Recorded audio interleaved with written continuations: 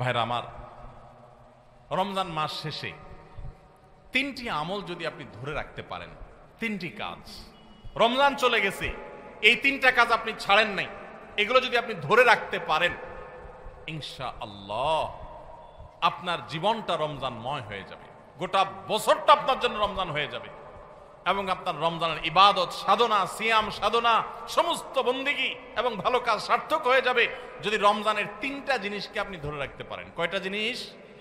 তিনটা। বলবো সেগুলা। নাম্বার 1, 5 ওয়াক্ত নামাজ। আমাদের অনেক ভাইরা আছি সারা বছর নামাজের ব্যাপারে গাফিলতি, উদাসীনতা করলেও রমজানে কোনো গাফিলতি করি নাই। আলহামদুলিল্লাহ, রমজান মাসটা পুরা মাস নামাজ পড়ার চেষ্টা করছি। অনেকে আছেন না, কিন্তু রমজানের পরে এখন আর নিয়মিত পারতেছেন না।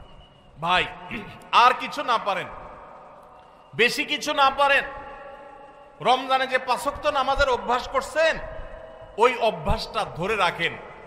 মরণ পর্যন্ত 5 ওয়াক্ত নামাজে কোনো ছাড়, কম্প্রোমাইজ দিয়েন না, কোনো প্রকার ত্রুটি করিয়েন না। আল্লাহর কসম, ঈমানের পথ 5 ওয়াক্ত নামাজের চাইতে গুরুত্বপূর্ণ কোনো আমল আল্লাহর জমিনে, কোরআন এবং হাদিসে আরেকটা নাই। তাহলে তিনটা আমল বলছিলাম ভাই, ধরে রাখেন। নাম্বার 1, রমজান মাস চলে গেছে, 5 ওয়াক্ত নামাজ ছাড়বেন না ভাই, কখনো না। জীবন চলে যাবে, নামাজ ছাড়বেন না, চেষ্টা করা যাবে না ইনশাআল্লাহ। 2 নম্বর হলো, রমজান চলে গেছে, রমজানে কোরআন তেলাওয়াতটা ধরে রাখবেন, হোক সেটা পরিমাণে অল্প অল্প করে পড়া। আর 3 নম্বর হলো যে রমজান মাস চলে গেছে, রমজানের সবচেয়ে বড় এবং প্রধান শিক্ষা হলো সকল গুনাহ পাপের কাজ ছাড়া, সকল অন্যায়, সকল পাপাচার ছেড়ে দিবেন। রমজানের শিক্ষা এটা।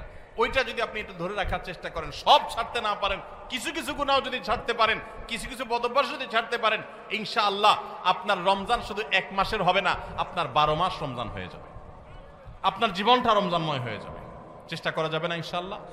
ও আরশে আজিমের মালিক, আপনি আমাদের সবাইকে তৌফিক দান করেন, আমাদের সবাইকে মুত্তাকি বানায় দেন, মুত্তাকিদের ইমাম বানায় দেন, মুখলেস নিষ্ঠাবান মানুষ বানায় দেন, নামাজ কায়েমকারী বানায় দেন, সুন্দরভাবে সালাত আদায়কারী বানায় দেন, আল্লাহ কোরআন তেলাওয়াতকারী বানিয়ে দেন, আমাদের অন্তরগুলোকে বিগলিত করে দেন, আমাদেরকে ভালো মানুষ বানায় দেন, ভালো মুসলমান বানায় দেন, নেককার বানায় দেন, মুত্তাকি বানায় দেন, গুনাহ বর্জনকারী বানায় দেন।